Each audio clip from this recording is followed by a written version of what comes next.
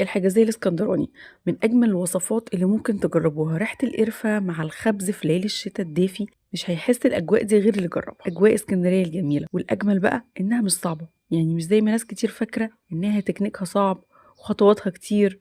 لا خالص، النهاردة هقولكوا الطريقة المظبوطة والسهلة البسيطة وكمان الأصلية علشان تطلع معاكي حجازية اسكندراني طرية متماسكة، طعمها غني ودايبة كده دوب، وإن شاء الله تظبط معاكم من أول مرة. حطوا لايك للفيديو وسبسكرايب للقناة لو أول مرة بتشوفوني، وفعلوا الجرس على الكل عشان يوصلكوا كل جديد إن شاء الله. أول حاجة هنعملها مع بعض هننشط الخميرة. هيكون عندي نص كوباية من المية الدافية ونص كوباية من السكر، ده مقدار السكر كله اللي هستعمله في العجينة كلها. وكمان عندي معلقة ونص كبيرة من الخميرة الفورية، ونقلب. أنا هنا بنشط الخميرة، هسيبها على جنب على ما أجهز المواد الجافة.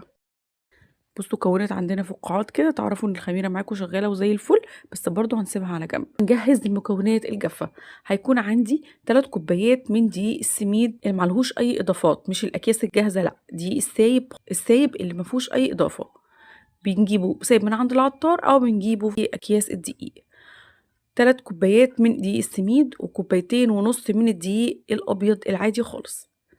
رشة من الملح، وهيكون عندي كوباية وربع من السمنة على زيت. ممكن يبقوا سمنة بس، لكن مش هيبقوا زيت بس، الزيت بس هينشف لي معايا العجين. فانا هنا عامله ميكس ما بين الزيت والسمنه.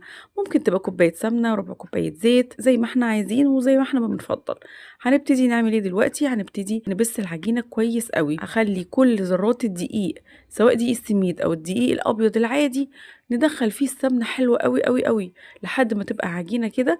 اول ما اضغط عليها الاقيها متماسكه وشربت السمنه كلها او شربت الماده الدهنيه كلها. هنبتدي ننزل عليها بالخميرة. الخميرة اختبرتها ولقيتها نشطة، وكمان أنا الخطوة دي أنا بنشط الخميرة عشان تسرع معايا عملية التخمير. هنزل بالخميرة على العجينة، وهيكون عندي نص كوباية من المية.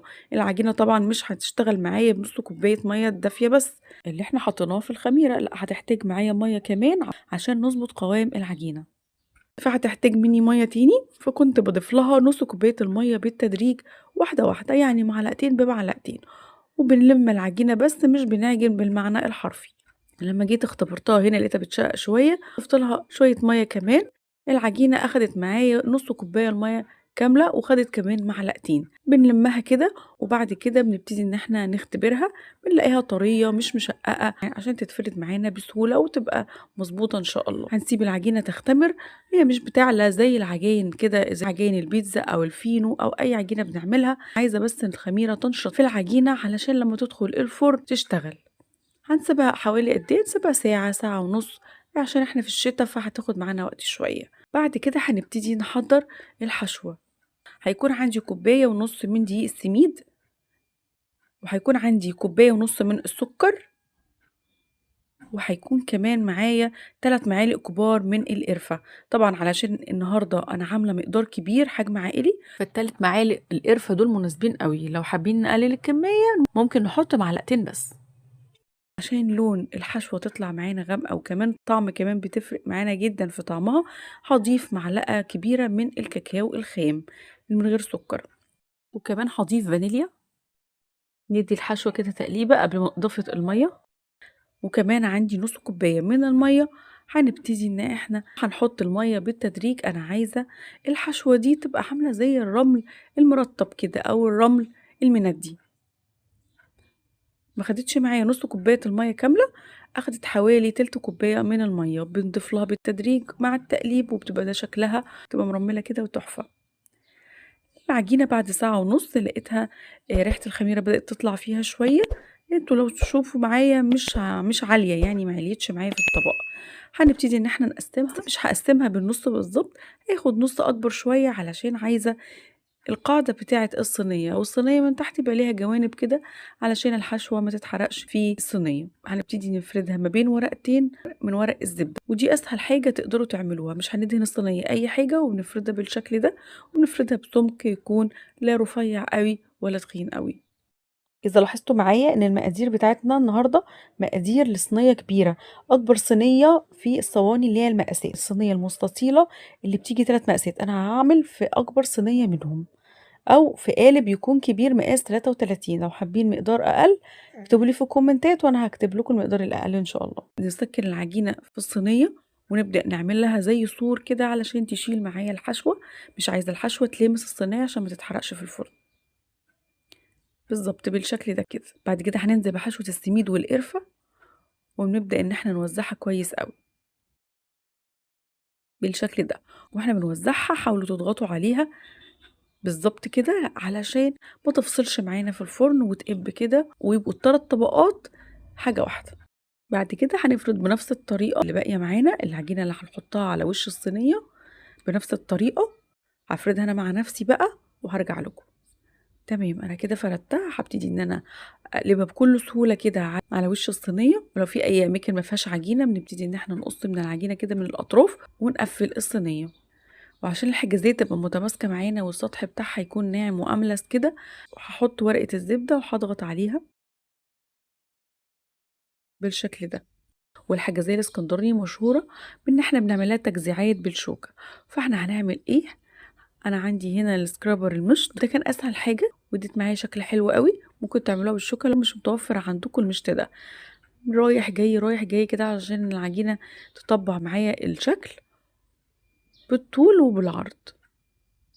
مرة بالطول ومرة بالعرض بالشكل ده كده. اخر خطوة قبل التسوية هنقطع الحجازية.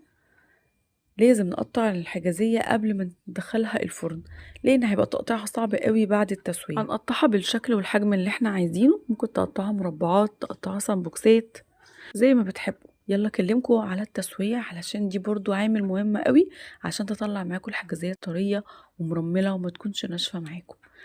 اول حاجة بعد ما اخلص الصينية بعد ما اقطعها بسيبها على جنب تخمر كمان في الصينية وتريح حوالي تلت ساعة.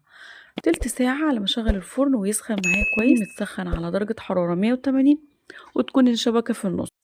انا عايزة درجة الحرارة تكون متوسطة لا تكون عالية قوي ولا تكون هادية قوي. العالية هتلون معايا من تحت بسرعة وقلبها والهادية هتنشف معايا. طبعا اظبطي درجة الحرارة من الاول وتكون شبكتك في النص وندخل الصينية. هتاخد حوالي نص ساعة ممكن كمان توصل لحد 45 دقيقة. لو لقيتي الوش بتاعها ما خدش لون بتشغلي لها الشواية دقيقتين 3 حسب قوة الشواية عندك. لقيتي جزء من الصينية أخد لون وجزء تاني بتاخدي ورقة من الزبدة تغطي بيها الجزء اللي لون وتسيبي الجزء اللي مش متلون مكشوف للشواية عشان تاخد معاكي لون موحد زي ما انتي شايفة كده حسب ما تتحملوا. لان طبعا الريحه بتبقى قويه جدا. تبرد شويه بعد التسويه لمده 10 دقايق ربع ساعه. تقاوم استراحه بقى قطعه من جوه وشوفوا الطبقات وشوفوا جمال حجازيه النهارده. بصوا الثلاث طبقات قد بعض متساويين عشان كنا منظمين واحنا بنقسم العجينه واحنا بنعمل الحشوه بنفردها. الريحه طبعا يا جماعه مش هكلمكم عليها. لما تجربوها هتحسوا وتعرفوا. تحفة. بصوا من جوه مرملة ودايبة الحشوة بتلمع كده وتحفة قوي. انا واثقة ان اللي هيجرب الوصفة دي هيدمنها حرفيا. اتمنى يكون فيديو النهاردة عجبكم. لو عجبكم الفيديو ما تنسوش تعملوا لي لايك وتعملوا كمان شير وسبسكرايب للقناة او اشتراك لو اول مرة بتشوفوني وفعلوا الجرس على الكل عشان اي فيديو جديد بنزله يجيلكوا اشعار بيه على طول. اشوفكم على خير في وصفة جديدة وفيديو جديد. كان معاكم شيماء ومع السلامة.